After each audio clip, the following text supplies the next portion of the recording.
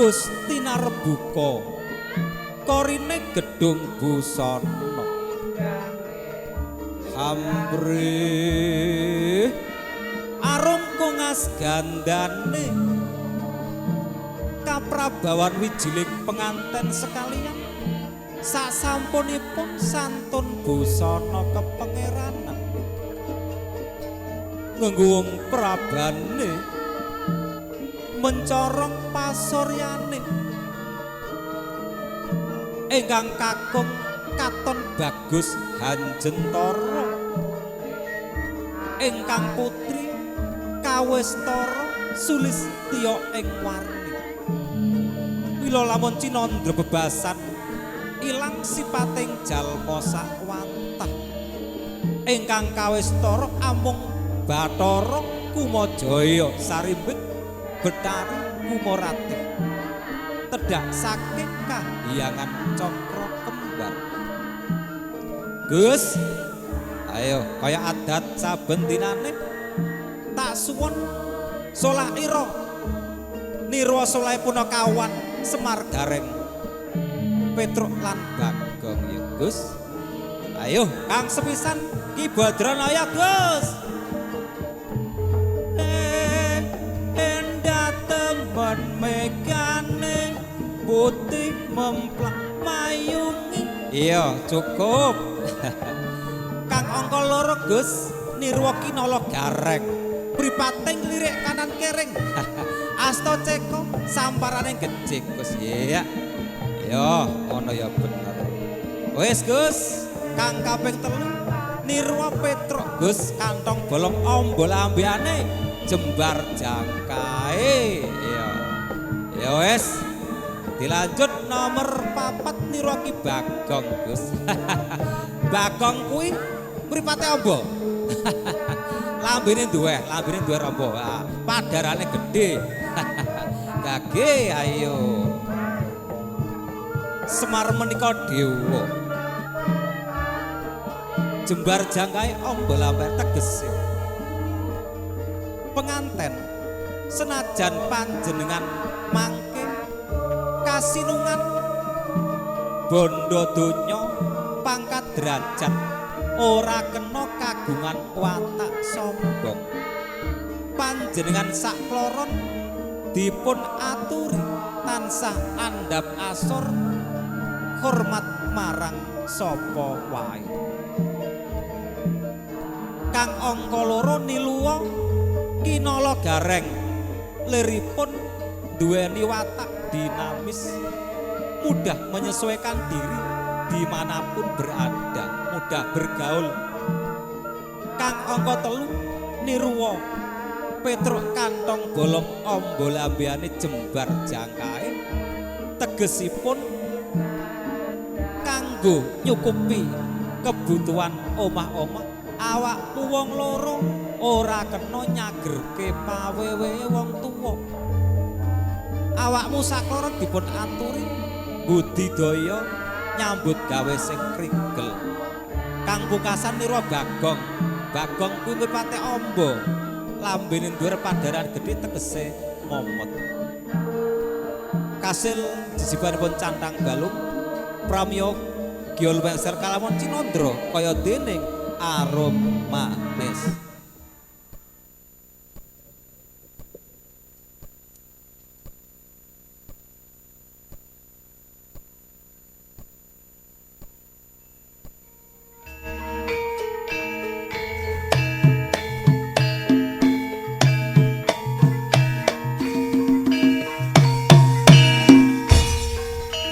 mantep yo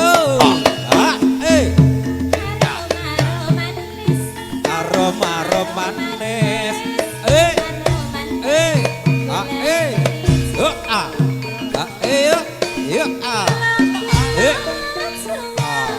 ayo mari kolak sang suba manggala gagah gadang tur wicaksana aja diambung temenan Mas Gatot yuk ayo aja cerak-cerak Tot iku dhewe perawan asli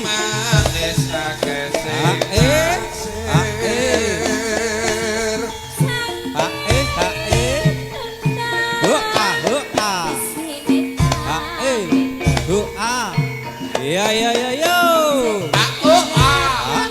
Eh.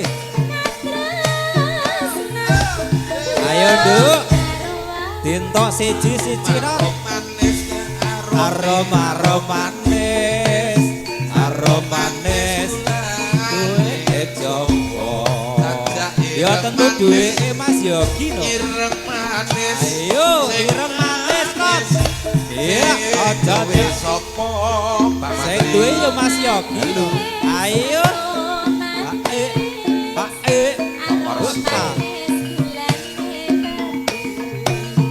Iya.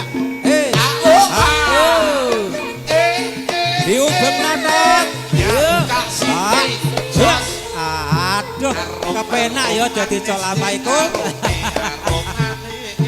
Aroma manis. Iya, ayo rame. Iya, ayo dinut.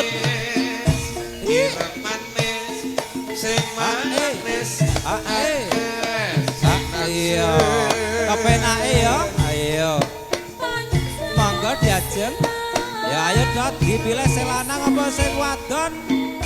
Ayo. Yo. Kok sing cilik dhewe mesti biasanya digendong. Ora digendong. Ya wis, aja digeret wae, lon-lon wae. Nak geret iku uwong iku kok aneh uwong iku. Ayo dijanjoke tak ayu dhewe. Ponak aku iku. Ayo Nduk. Ayo Nduk. Aja wedi Nduk. Ayo. Ayo. Aduh, ayo.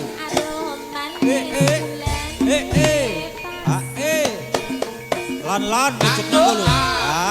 Ayo. Buka siti. Yuk. Aroma manis. Aroma manis.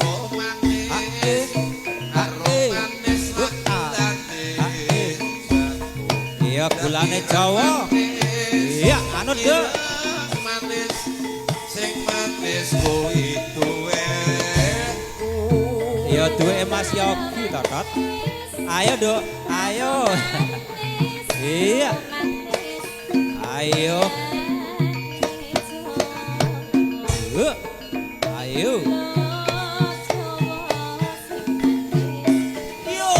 Ayo. Wes salaman kok njaluk THR. Wis aja kuwatir kok di THR-i. Iya, sip.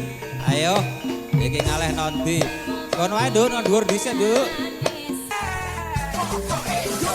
Ayo, mangkat nondi iki. Pokoke joget. Nek diskonan iki Mas Garot. Ape marah nggone diskonan.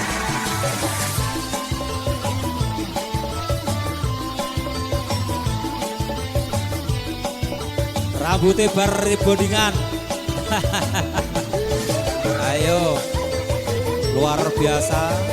Cocok lampah Gatot saking Puncel Dugusti Kabupaten Pati yang pada hari ini menghibur Bapak Ibu semua dalam acara pernikahan Mas Yogi dan Mbak Cindy. Tun diundang Mbok Em, tun diundang Mbok Em. Ayo. Hati-hati nak salah dostume.